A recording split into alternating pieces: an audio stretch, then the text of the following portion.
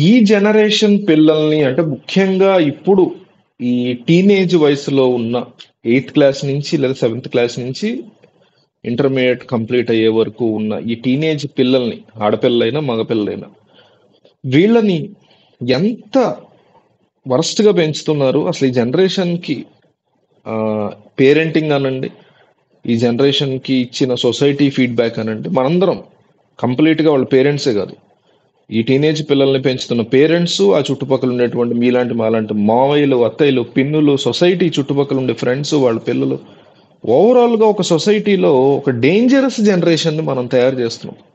Very dangerous. మీరు intermediate fail అయితే ఆత్మహత్య చేసుకోవడం అనేది మా చిన్నప్పుడు కూడా ఉండేది, బట్ చాలా రేర్ గా ఉండేది. ఇప్పుడు రాష్ట్రంలో చాలా తక్కువ శాతం ఒకళ్ళ ఇద్దరు చేసుకున్నారు, అదే పెద్ద న్యూస్ అయ్యేది. ఇప్పుడు చూడండి ఎంతమంది చనిపోతున్నారు. కానీ ఈ వీడియోలో ఇంటర్మీడియట్ సంబంధించినటువంటి కాదు ఈ అమ్మాయి చనిపోయింది. ఆ, మంచిర్యాల జైపూర్ మండలం వేలాల అనేటువంటి ఒక గ్రామానికి చెందినటువంటి పాప.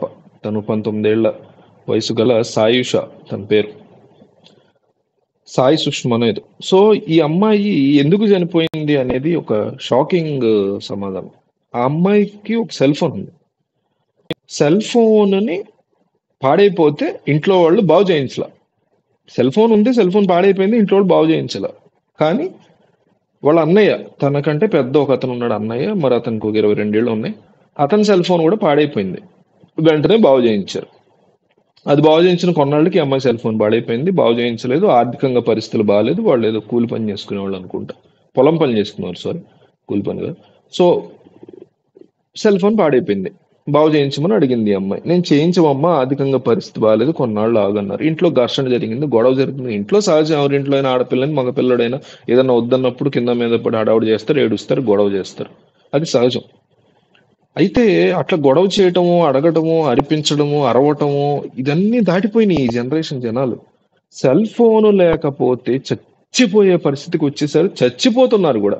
ఇంటర్మీడియట్ ఫెయిల్ అయితే చచ్చిపోవడం ఏంట్రా, 10th ఫెయిల్ అయితే చచ్చిపోవడం ఏంట్రా నాయనా అని అనుకునేవాడు నేను మొన్నటి వరకు వచ్చే వార్తలు చూసి. ఇప్పుడు చూడండి, సెల్ ఫోన్ ఇవ్వలేదని చచ్చిపోయిందంట, సెల్ ఫోన్ రిపేర్ చేయించలేదని.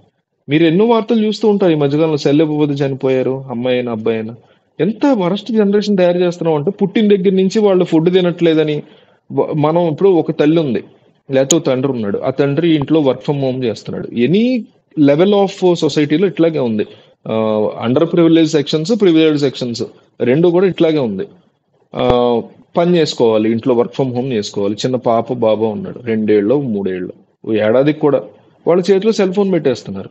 ఆ తల్లి ఆఫీస్ వర్కో కిచెన్ వర్కో చేసుకోవాలి, లేదా ఆ తండ్రి ఆఫీస్ వర్కో ఇంట్లో పనులు చేసుకోవాలి, బయటికి వెళ్ళి రావాలి, లేకపోతే తల్లి బయటికి వెళ్ళి రావాలి, సరుకులు తెచ్చుకోవాలి. ఇట్లా ఈ రకమైనటువంటి రీజన్స్ లో వాళ్ళు వదిలించేసుకున్నారు. మరి ఎందుకు అంటున్నారు? మనకెప్పుడు చిన్నప్పుడు అట్లా జరగలేదే, మనకి సెల్ ఫోన్సే లేవే. ఉంటే మరి మన తల్లులు అట్లా చేసేవారు లేదు, నాకేం తెలియదు. కానీ డెఫినెట్లీ పేరెంటింగ్ లో చాలా ప్రాబ్లం ఉంది. దానికి తోడు సొసైటీలో వస్తున్నటువంటి నార్మ్స్ కానీ, ఆ కాంటెంట్, వాళ్ళు చూసే కాంటెంట్ కానీ, దాని పట్ల వాళ్ళు ఎడిక్ట్ అయిపోవటం కానీ, యాప్స్ కానీ. స్నాప్చాట్ తీసుకోండి, స్నాప్చాట్ ఈ రోజు మెసేజ్ వస్తే ఆ మెసేజ్ నేను చదవగానే ఆ మెసేజ్ డిలీట్ అయిపోద్ది. అట్లాంటి స్నాప్చాట్ ఒక టీనేజర్ అమ్మాయికైనా అబ్బాయికైనా ఎందుకు ఉండాలి? వాళ్ళని మనం ఎందుకు కంట్రోల్ చేయలేకపోతున్నాం?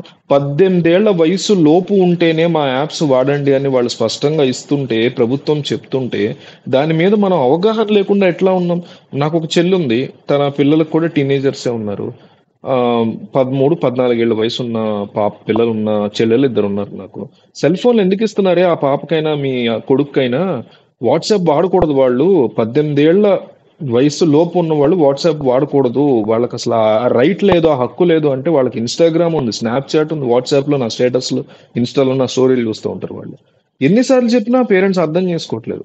అంటే ప్రైవసీ అనేది వాళ్ళకి ఉండకూడదు. ఈ వయసులో వాళ్ళ జీవితంలో జరిగే ప్రతిదీ మనం తెలుసుకోవాలి. 18 ఏళ్ల నుంచి లోపు వాళ్ళు తెలుసుకోవాలి. అంతకు ముందు నుంచి కూడా తెలుసుకోకపోవటం వల్ల ఫైనల్ గా ఏమవుతుందంటే, ఈ సిచ్యువేషన్ వచ్చేసరికి అంటే అప్పటి నుంచి కంట్రోల్ చేయట్లా. 10 ఏళ్ల వయసు నుంచి వాళ్ళు ప్రైవేట్ చాట్స్ స్టార్ట్ చేస్తున్నారు. అక్కడి నుంచి మనం కట్ చేసుకుంటూ వస్తే ఒక పాయింట్ కి వచ్చాక 19 ఏళ్ల తర్వాత సెల్ పట్ల వాళ్ళంత ఎడిక్ట్ అవ్వరు. యూట్యూబ్ ఉంది ఫర్ ఎగ్జాంపుల్, యూట్యూబ్ కిడ్స్ అని ఉంది. 18 ఏళ్ల లోపు అదే చూడాలి వాళ్ళు. వాళ్ళకి ఇంకా కాంటెంట్ ఏమి లేదంటే లేదు, నీకు అసలు చూసే అవకాశం లేదు, రైటే లేదు. సెలెక్టెడ్ ఆప్షన్స్ వరకు చూడొచ్చు నువ్వు అని వాళ్ళని స్ట్రిక్ట్ గా కూర్చోపెట్టాల్సిందే పేరెంట్స్. దాని మీద ప్రభుత్వాలు వర్క్ చేయాలి.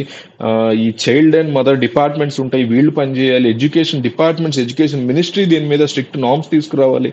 పేరెంట్స్ కి కౌన్సిలింగ్ చేయాలి, సొసైటీ కౌన్సిలింగ్ చేయాలి. ఇవన్నీ మానేసి సెల్ ఫోనే ప్రపంచంగా వాళ్ళు అందులోనే బతుకుతూ అందులో ఏమున్నాయో, అందులో ఏం బయటపడతాయో, ఆడపిల్లవైనా మగపిల్లలవైనా. మన పిల్లాడు ఏ ఆడపిల్ల న్యూడ్స్ అడుగుతున్నాడో మనకు తెలీదు.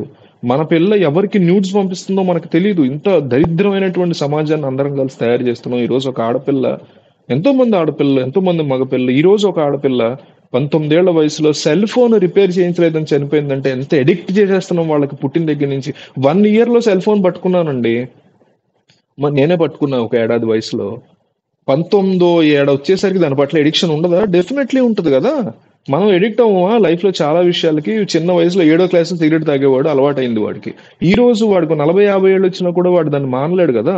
ఆ ఎడిక్షన్ అనేది మనుషుల మెదడుల్లోంచి పోయేలా చేసుకోవాలి. సిగరెట్, మందు మాత్రమే కాదు, ఇవి కూడా ఎడిక్షన్లని మనం అర్థం చేసుకుని పిల్లలకి చిన్నప్పటి నుంచి సెల్ ఫోన్ ఇవ్వటం అనేది పూర్తిగా బంద్ చేయగలగాలి.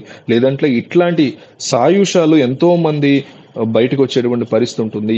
తను ఏం చేసిందంటే సెల్ ఫోన్ రిపేర్ చేయించండి, అన్నయ్యకి చేస్తాను, నాకు చేయించట్లేదు అని ఇంట్లో గొడవ పడింది. ఇంట్లో వాళ్ళు పొలం పనులకు వెళ్ళినటువంటి టైంలో తను సూసైడ్ చేసుకుంది. మంచిర్యాలలోని జైపూర్ మండలం వేలాల గ్రామంలో ఇది ఈ దారుణమైనటువంటి సంఘటన జరిగింది. సెల్ ఫోన్ లో పిల్లలకి ఇవ్వటం అనేది మనం వాళ్ళని వ్యసనానికి పంపిస్తున్నాం అంతే తప్ప ఇంకేది కాదు. అందులో మా పిల్లలు చదువుకుంటున్నారు అది ఇది అంటే దానికి కూడా లిమిట్ ఉంటుంది. పేరెంటల్ కంట్రోల్ ఒకటి చచ్చింది, దాని గురించి మీకు ఐడియా లేకపోతే గూగుల్ చేయండి. పేరెంటల్ కంట్రోల్ ఒకటి చచ్చింది, దాని గురించి గూగుల్ చేయండి, తెలుస్తుంది ఎట్లా కంట్రోల్ చేయాలి. మీరు పిల్లలకి ఇచ్చే డివైజెస్, వాటికి సంబంధించిన ప్రతిదీ మీకు వెతుక్కుంటే దొరికేలాగా, వాళ్ళు ఏం చేస్తున్నారో తెలిసేలాగా ఉంటాయి. స్నాప్ చాట్లు అలౌ చేయకండి, స్నాప్ చాట్లు కొంప ముంచుతున్నాయి. ఇన్స్టాగ్రామ్లు అలౌ చేయకండి 18 ఏళ్ల లోపు వయసు పిల్లలకి. అవి మీ వాళ్ళ కొంప ముంచుతున్నాయి, మీ కొంప ముంచుతున్నాయి. ఎవడు ఏ పాపతో చాట్ చేస్తున్నాడో, ఏ పాప ఏ బాబుతో చాట్ చేస్తుందో ఎవరికి తెలియనటువంటి సిచ్యువేషన్. చిన్న వయసు, యుక్త వయసు, వాళ్ళకి రక్తం కుతకుతలాడుతూ ఉంటుంది. వాళ్ళు ఏ నిర్ణయం తీసుకున్నా వాళ్ళకి దాని మీద గ్రిప్ ఉండదు. రేపు పొద్దున్న లైఫ్ లో రిగ్రెట్ అవుతారు, లేదా ప్రాణాలు తీసుకుంటారు, లేదా డిప్రెషన్ లోకి వెళ్తారు, లేదా చదువుని పక్కన పడేసి కెరీర్ నాశనం చేసుకుంటారు. ఈరోజు ఇది ఇంత ఆవేదనగా చెప్పడానికి కారణం, ఒక బంగారం లాంటి ఒక ఆడపిల్ల, చూడడానికి ఎంత చక్కగా ఉంది చూడండి. ఆ పిల్ల చనిపోయిందంటే బాధ ఎట్లేదా? సో దయచేసి పిల్లలకి సెల్ ఫోన్లు దూరంగా పెట్టేలాగా, వాళ్ళకి ఇంకొక వ్యాపకం, ఆటలు కానీ, ఇంకొకటి కానీ వరస్ట్ కనీసం వీడియో గేమ్స్ అన్న వాళ్ళకి అందించండి. కానీ సెల్ ఫోన్లు, ఎస్పెషల్లీ చాటింగ్లు, ఇవి వాళ్ళు ఎడిక్ట్ అయిపోయేలాగా మాత్రం చేయకండి. దయచేసి ఇది నా రిక్వెస్ట్.